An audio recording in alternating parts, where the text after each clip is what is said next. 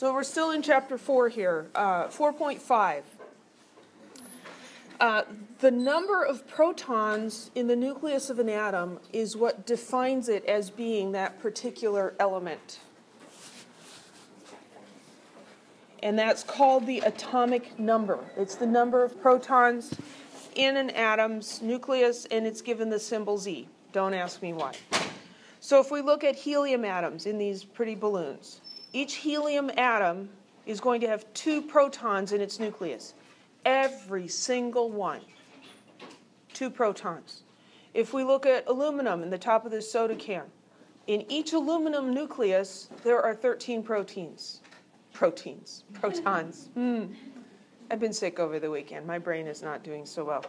13 protons in every nucleus. That's what says this atom belongs to this particular element.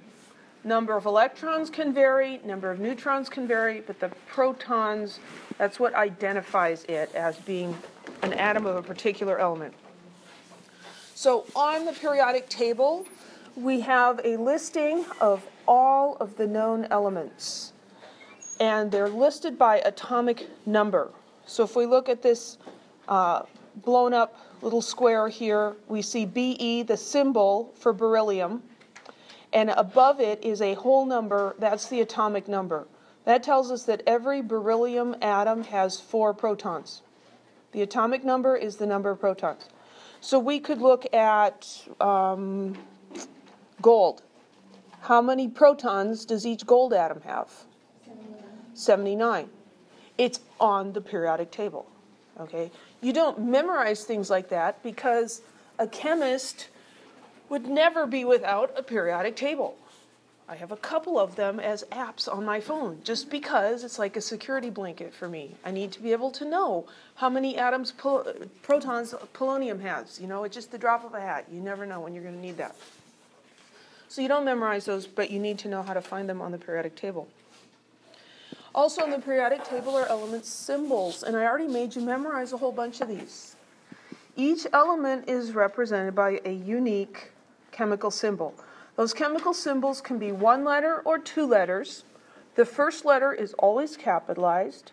If there's a second letter, it is never capitalized. And you might say, well, you're being kind of rigid about that.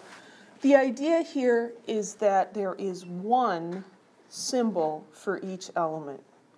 And that eliminates a lot of confusion. And so then, yeah, we do have to be really precise about that. Many of the symbols are based on the English names. The symbol for carbon is C, that's the first letter. But then there are a lot of different elements that start with C, so sometimes we have to go to the second letter. Carbon is C. Calcium couldn't also be C because that would be confusing. So we take the first 2 letters, Ca. Okay, so most of them make sense, but then there's a bunch that seem like they're really random. And that's because they're based on Latin or Greek names. So these are some of them.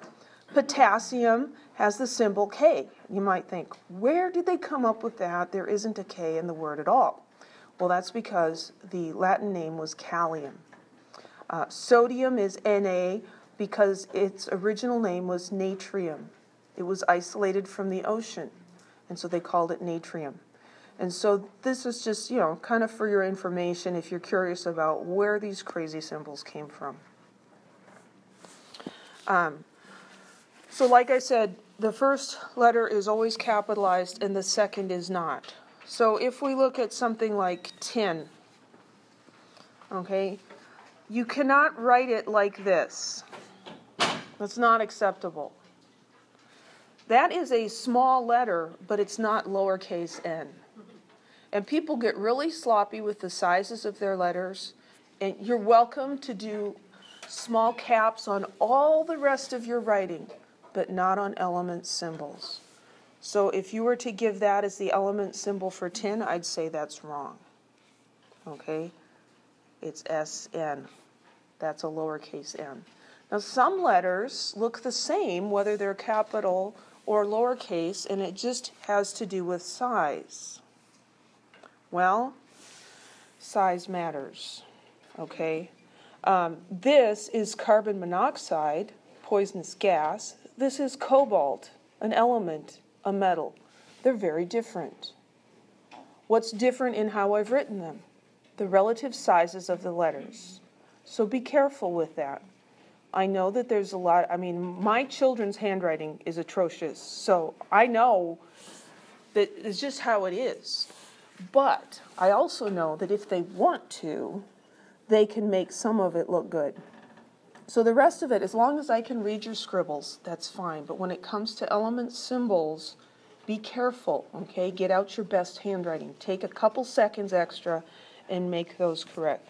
Another example is aluminum. This is the symbol for aluminum. Okay, lowercase l's can be a little tricky. This is a lowercase l, that's the number 1, and that's the capital I.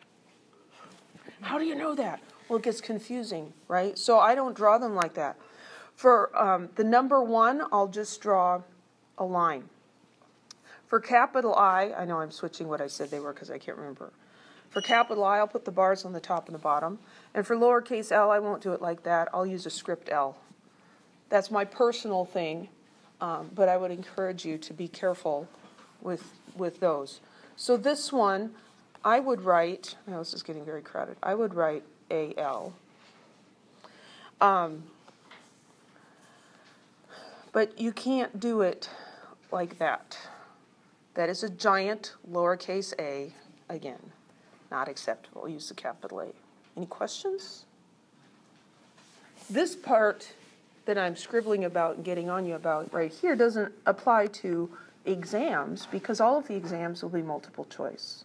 But it will show up in your lab reports, okay? This is my favorite element. I got one giggle. That's more than I usually get. There actually is no element. The element of surprise. Chemists, we have to have some fun. Okay, so this should be relatively simple. We're looking for the name and the atomic number for each of these elements. What's the name of the element whose symbol is Na? Sodium. And what's the atomic number for sodium? 11. Atomic number, that we find that above the element symbol in the periodic table, and that means the number of protons. How about Ni? Nickel.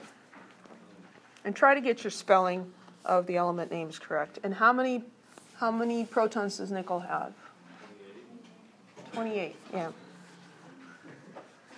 The periodic table on this wall to the north is easier to see, except there's a glare for me, and that one's all faded out. We need another one over there. How about P? Phosphorus. And how many protons does phosphorus have? 15. So atomic number. How about Ta?